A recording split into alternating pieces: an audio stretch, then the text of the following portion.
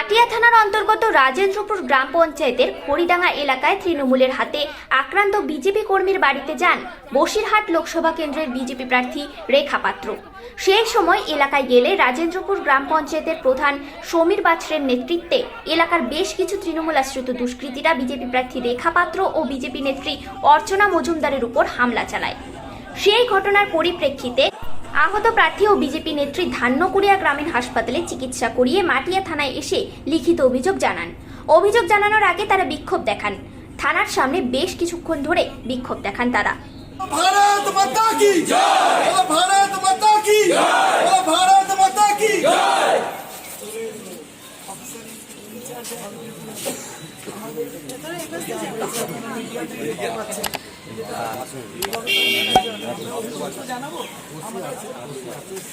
Civic ভাবলু বাঁচানোর পরিকল্পনা মাফিক রেখাপাত্র উপর হামলা হলো কেন? পুলিশ তুমি জবাব দাও, পুলিশ তুমি জবাব দাও। আমাদের সঙ্গে আরো অনেককে মারধর মুভমেন্ট করা হচ্ছে, কি বলবেন? দেখুন, আমরা রাজেন্দ্রপুর খড়িডাঙ্গায় গেছিলাম প্রচারের জন্য এবং ওখানে দুজন বিজেপি কর্মীর বাড়িতে প্রচণ্ডভাবে আক্রমণ করা হয়। আগামী শনিবারে ওনাদের উপরে ওনারা দেয়াল লিখেছিলেন বিজেপির হয়ে, তার জন্য সেই দেয়াল রং দিয়ে মোছার চেষ্টা করেছিলেন, সেটাই আমরা দেখতে গেছিলাম এবং ওনাদের উপরে মারধর করা হয়েছিলেন। তারপরে যাওয়ার পরে ওখানে টিএমসির গুন্ডা বাহিনীরা ওখানকার যে পঞ্চায়েত প্রধান উনি বাজে ল্যাঙ্গুয়েজে আমাদেরকে গালাগালি করেন। তবু আমরা কিছু বলি না, যেহেতু আমরা জানি এটা টিএমসির এটা করণীয়, টিএমসি প্রত্যেকটা জায়গায় এটা করে। সেই ক্ষেত্রে আমরা আমাদের ভারতীয় জনতা পার্টিতে তো এরকম কোনো ধারা নেই যে আমরা বাজে ভাষা বলি কি বাজে কাজ করি ওনাদের সাথে। এটা টিএমসি পার্টির কাজ, টিএমসি পার্টির থেকে করেছিলেন। তারপরে আমরা চলে আসি তখন আমাদের আরও সদস্যরা ওখানে পৌঁছায়, তাদের উপরে হামলা করে এবং আমাদের গাড়িতে ইট মারেন।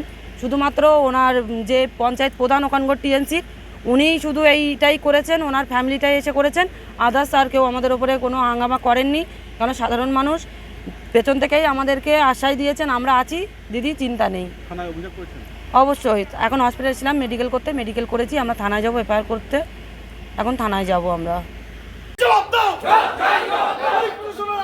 সামনে রেখাপাত্র উপর হামলা হলো কেন? পুলিশ তুমি জবাব দাও, এলাকার গুন্ডা সন্ত্রাসী মদতকারী পুলিশ তুমি জবাব দাও, তুমি জবাব দাও।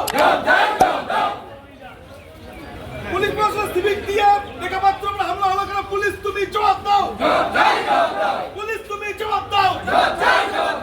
ভারত মাতা কি জয়, ভারত মাতা কি জয়, ভারত মাতা কি জয়। এলাকায় পরিকল্পনা মাফিক রাজেন্দ্রপুর গ্রামের প্রধান সমীর বাছার ও তার দুষ্কৃতী দলবল আমাদের প্রার্থী রেখা পাত্র প্রচারের সময় আক্রমণ করে পরিকল্পনা মাফিক। সেখানে সিভিক ভলেন্টিয়ার উপস্থিত ছিল, তার মানে প্রশাসন ইনভলভ ছিল, প্রশাসন দায়িত্ব করে প্রার্থীর উপরে অ্যাটাক করেছে। আমাদের সন্দেশখালীর আন্দোলনের মুখের উপরে যে আক্রমণ হয়েছে, বসিরহাটের মা বোন ফুসছে, যতক্ষণ না পুলিশ প্রশাসন জবাব দেবে আমরা এখানে আন্দোলন চালিয়ে যাব।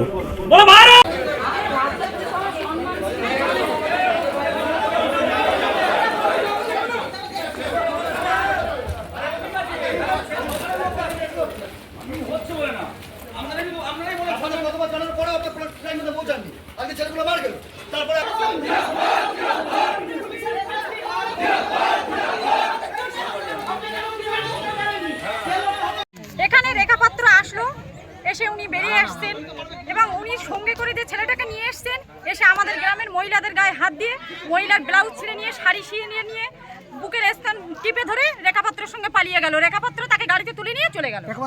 হ্যাঁ, রেখা পাত্র গাড়িতে নিয়েই চলে গেল। আমরা তাকে ধরার চেষ্টা করেছিলাম, রেখা পাত্র তাড়াতাড়ি গাড়িতে করে তুলে নিয়ে বেরিয়ে গেল।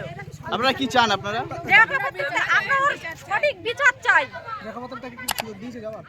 হ্যাঁ, রেখা পাত্র তাকে সুযোগ দিয়েছে, রেখা পাত্র তাকে তুলে নিয়ে গেছে। রেখা পাত্র নিজেই বলছে যে আমি কি খুলে দেখাবো, তার নিজেকে সন্দেশখালীটা এখানে বানিয়ে দিয়ে গেল, খড়িডাঙ্গাতে সন্দেশখালী বানিয়ে দিয়ে গেল। আমরা সঠিক বিচার চাই। কেন মেয়ে ছেলের গায়ে হাত দিল? এখানে এসে মেয়ে ছেলের কেন অপমান করলো? মেয়ে ছেলের শাড়ি ছিল, ব্লাউজ ছিল, কেন? আমরা এর প্রতিবাদ চাই, এক্ষুনি চাই। আমাদের শান্তিপূর্ণ গ্রাম, আমাদের গ্রামে কোনো ঝামেলা নেই, একদম পুরো শান্তিপূর্ণ গ্রাম আমাদের। দেবশ্রী বাজার প্রধান সমীর বাছাকে ইংরেজি গ্রেফতার করতে